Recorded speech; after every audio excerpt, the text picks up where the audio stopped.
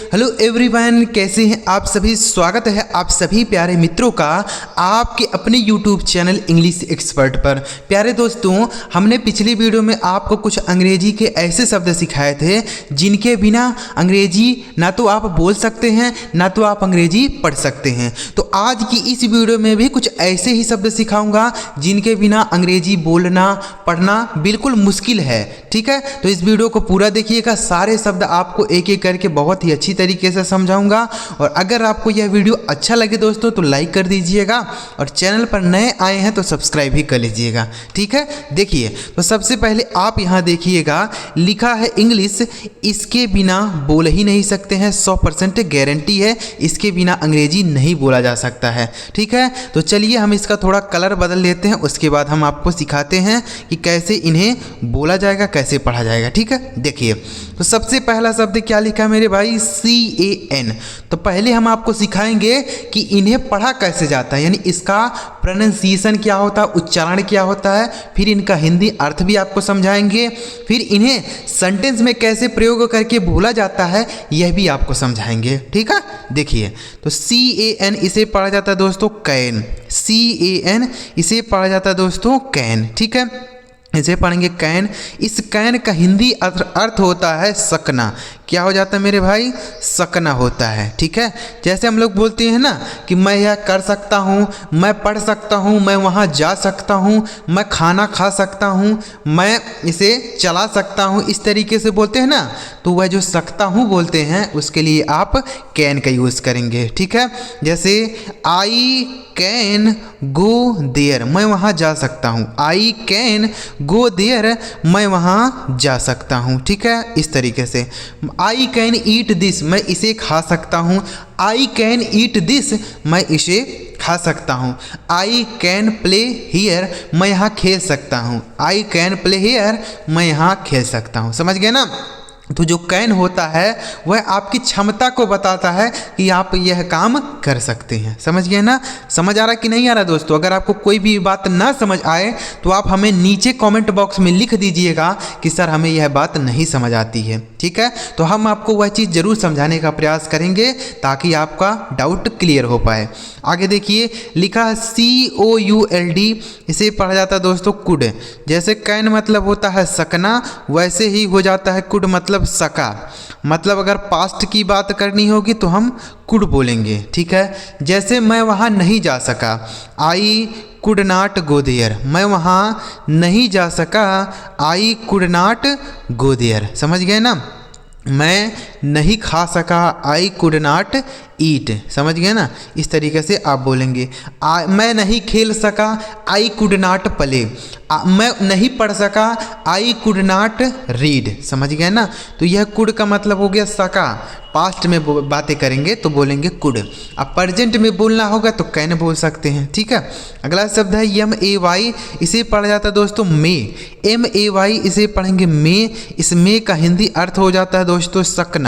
क्या होता है मेरे भाई, सकना होता है। ठीक है, जैसे इसका मे का मतलब भी सकना होता है, कैन मतलब भी सकना होता है, लेकिन इस मे का प्रयोग दोस्तों हम परमिशन मांगने के लिए करते हैं। जैसे क्या मैं वहाँ जा सकता हूँ, ऐसे हम लोग बोलते हैं ना, क्या मैं अंदर आ सकता हूँ, क्या मैं बाहर जा सकता हूँ। तो इस तरीके से आप बोल सकते हैं मे। जैसे मे आई कम इन सर, क्या मैं अंदर आ सकता हूँ sir.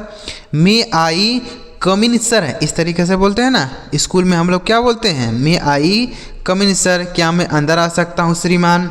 May I go out sir, क्या मैं बाहर जा सकता हूँ श्रीमान। इस तरीके से बोलते हैं ना। तो इस मे का प्रयोग होता है परमिशन मांगने के लिए। समझ गए ना। May I go out sir, may I come in sir, may I go there sir, क्या मैं वहाँ जा सकता हूँ। इस तरीके से बोलते हैं ना। तो मे मतलब हो गया सकना। समझ आ गया।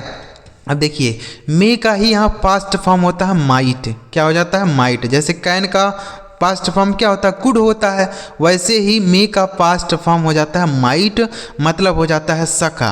माइट मतलब सका होता है। ठीक है, जैसे बोल सकते हैं आई माइट गो, मैं जा सका। आई माइट गो, मैं जा सका। समझ गए ना, इस तरीके से आप सेंटेंस बना सकते हैं। देखिए दोस्तों, जब तक आपको शब्द नहीं याद रहेंगे तब तक आप अंग्रेजी नहीं बना पाएंगे, अंग्रेजी नहीं बोल पाएंगे, क्योंकि शब्दों से ही सेंटेंस बनाए जाते हैं। तो जब आपको शब्द पता रहेंगे और उसका मीनिंग आपको पता रहेगा तभी तो आप सेंटेंस बनाएंगे। नहीं पता रहेगा तो कैसे? आपको बोलना है कि मैं वहाँ जाता हूँ, तो आप कैसे बोलेंगे? इसका मीनिंग पता होना चाहिए, जाने का इंग्लिश पता होना चाहिए, मैं का अंग्रेजी पता होना चाहिए, इस तरीके से सारी बातें पता होनी चाहिए ना, तभी तो आप बना पाएंगे। जैसे आपको कोई चीज़ ट्रांसलेशन करना है हिंदी में, हिंदी से अंग्रेजी में, तो आपको पहले उन शब्दों का अंग्रेजी पता होना चाहिए, तभी आप ट्रांसलेशन कर पाएंगे। ठीक है, तो इसलिए पहले शब्दों को ध्यान दीजिए सीखने पर। ठीक है, आगे लिखा गया SEL, इसे पढ़ा जाता है दोस्तों सैल। SEL इसे पढ़ेंगे सैल। इस सैल का मतलब हो जाता है दोस्तों गा गी गे। क्या होता है मेरे भाई? गा होता है, गी होता है या गे होता है। ठीक है, जैसे वी सेल गो देयर, हम सब वहाँ जाएंगे। वी सेल गो देयर, हम सब वहाँ जाएंगे। ठीक है, वी सेल प्ले हियर, हम सब यहाँ खेलेंगे। वी सेल प्ले हियर, हम सब यहाँ खेलेंगे। आई विल गो देयर, मैं वहाँ जाऊँगा, ऐसे बोलेंगे। ठीक है, तो इस सेल का मतलब क्या हो जाता है? गा गी गे होता है, यानी फ्यूचर में बात करनी होती है तो हम सेल का प्रयोग कर सकते हैं। ठीक है, अगला शब्द है दोस्तों SEHOULD, इसे पढ़ा जाता है दोस्तों शुड। SEHOULD इसे पढ़ा जाएगा शुड। शुड का मतलब हो जाता है दोस्तों चाहिए।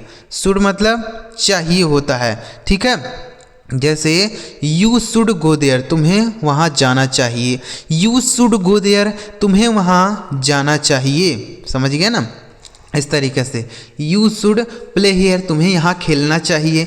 यू शुड प्ले हियर, तुम्हें यहाँ खेलना चाहिए। यू शुड रीड बुक, तुम्हें किताब पढ़नी चाहिए। ठीक है, तो यानी कोई चीज़ हम कहते हैं ना कि चाहिए तो शुड बोल सकते हैं। समझ गए ना, शुड है। आगे लिखा गया दोस्तों WILL, इसे पढ़ा जाता है विल। WILL इसे पढ़ेंगे दोस्तों विल। इस विल का मतलब भी हो जाता है गा गी गे। जैसे सेल का मतलब होता है वैसे सेम विल का मतलब भी होता है, लेकिन दोनों में अंतर है। अंतर क्या है कि इस जैसे सेल का प्रयोग जो होता है दोस्तों, सेल का प्रयोग वह आई और वी के साथ होता है। ठीक है, आई और वी अगर सब्जेक्ट रहता है तो सेल बोलते हैं, बाकी सभी सब्जेक्ट के साथ हम क्या बोलेंगे? विल का प्रयोग करेंगे। ठीक है, जैसे बोल सकते हैं यू विल गो देयर, तुम वहाँ जाओगे। विल यू गो देयर, क्या तुम वहाँ जाओगे? विल यू गो देयर, क्या तुम वहाँ जाओगे? विल ही प्ले हियर, क्या वह यहाँ खेलेगा? विल ही प्ले हियर, क्या वह यहाँ खेलेगा? इस तरीके से हम विल का प्रयोग करके सेंटेंस बना सकते हैं। अगला शब्द है दोस्तों WOULD, इसे पढ़ा जाएगा वुड। WOULD इसे पढ़ेंगे वुड। इस वुड का मतलब भी हो जाता है गा गी गे। ठीक है, लेकिन यह पास्ट में प्रयोग होता है। ठीक है, समझ गए ना, जैसे वेल कल आएगा ऐसे बोल सकते हैं। ठीक है, तो इस वुड का मतलब भी गागी गे होता है। अगला शब्द है MUST, इसे पढ़ा जाता है दोस्तों मस्ट। MUST इसे पढ़ा जाएगा मस्ट। इस मस्ट का मतलब भी चाहिए होता है। जैसे शुड मतलब चाहिए, वैसे मस्ट मतलब भी चाहिए होता है। ठीक है, जैसे यू मस्ट गो देयर, तुम्हें वहाँ जरूर जाना चाहिए। देखिए, अगर कोई ज़रूरी काम है मतलब आपको वहाँ जरूर जाना चाहिए तो मस्ट बोलेंगे, अगर ज़रूरी नहीं है तो शुड बोलेंगे। ठीक है, ध्यान रखना है कि शुड का प्रयोग वहाँ होगा जहाँ कोई ज़रूरी बात नहीं है, आप चाहिए मतलब चाहिए। ठीक है, लेकिन अगर मस्ट बोलना होगा तो मतलब वहाँ जरूर जाना चाहिए, जरूर वह काम करना चाहिए। यू मस्ट गो देयर मतलब तुम्हें वहाँ जरूर जाना चाहिए। ठीक है, यू मस्ट रीड, तुम्हें जरूर पढ़ना चाहिए। यू मस्ट रीड, तुम्हें जरूर पढ़ना चाहिए। ठीक है ना, ऐसे बोलेंगे।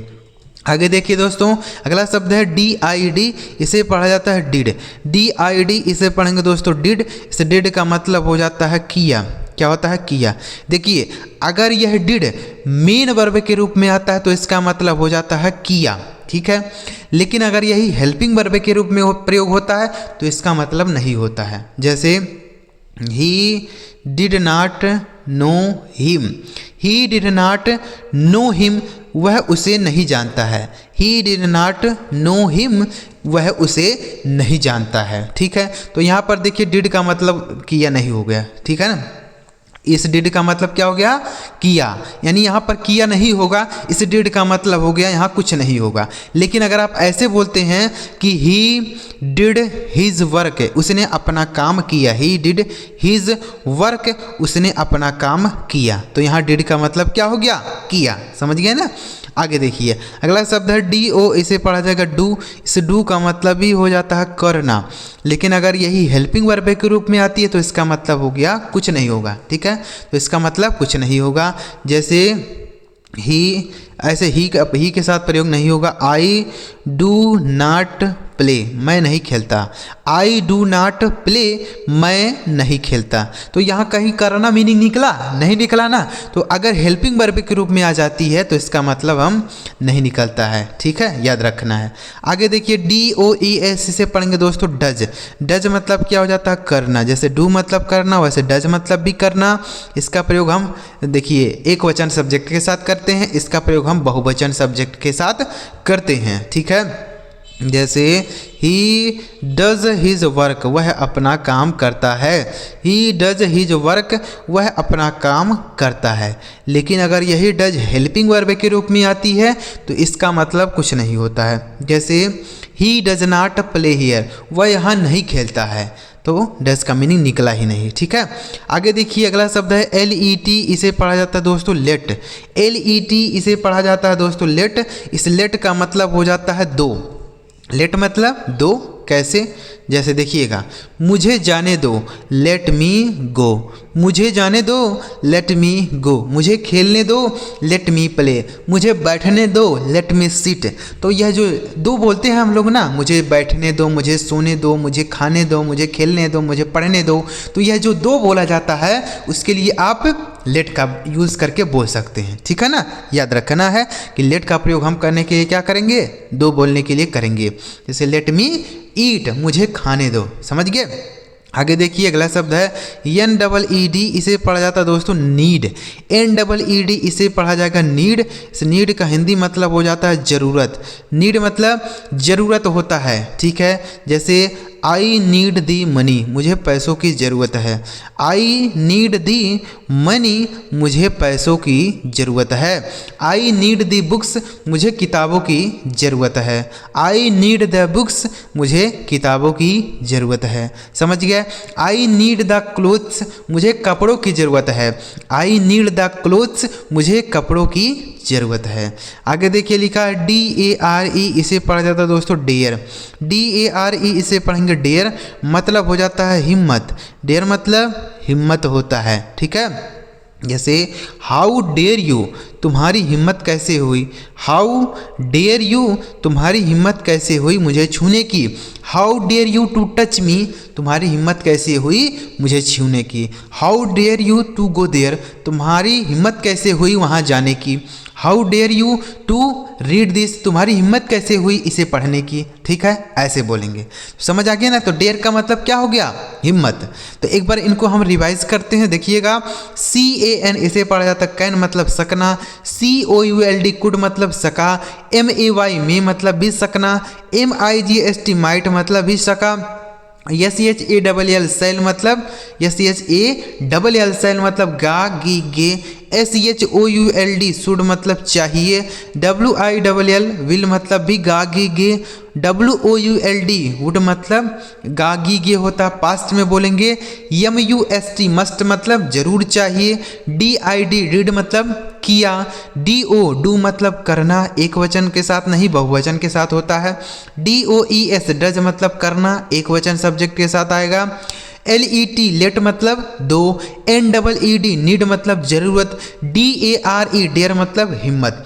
तो उम्मीद कर रहा हूँ दोस्तों यह सारे शब्द आप बहुत ही अच्छी तरीके से समझ पाए होंगे कि इन्हें कैसे पढ़ा जाता है, इनका मीनिंग क्या होता है, सेंटेंस में कैसे बोला जाता है। हमने आपको सारी बातें समझाई। तो आज की इस वीडियो में इतने ही शब्द रखते हैं, क्योंकि अगर आपको ज़्यादा शब्द एक ही वीडियो में सिखा दूंगा तो आपको याद नहीं रहेगा, भूल जाएगा। इसलिए आप इनको पहले याद कर लीजिए, फिर अगली वीडियो में कुछ और शब्द सिखाऊंगा। ऐसे करते करते आपको धीरे धीरे बहुत सारे मीनिंग से सिखा दूंगा, ठीक है। और पिछली वीडियो को अगर आपने नहीं देखा तो ज़रूर देखिएगा, क्योंकि वह बहुत ज़्यादा इंपॉर्टेंट है, ठीक है। अगर आपको वीडियो अच्छा लगा दोस्तों लाइक करिएगा, चैनल सब्सक्राइब नहीं किए तो कर लीजिएगा, क्योंकि हमारे इस चैनल पर ऐसे ही शब्दों की अंग्रेजी की ज़बरदस्त वीडियो आती रहती है। एक बार कमेंट में बताइएगा कि आपको ये वीडियो कैसा लगा। चलिए मेरे प्यारे दोस्तों, अगली वीडियो में किसी नए टॉपिक के साथ वीडियो देखने के लिए आपका बहुत बहुत धन्यवाद।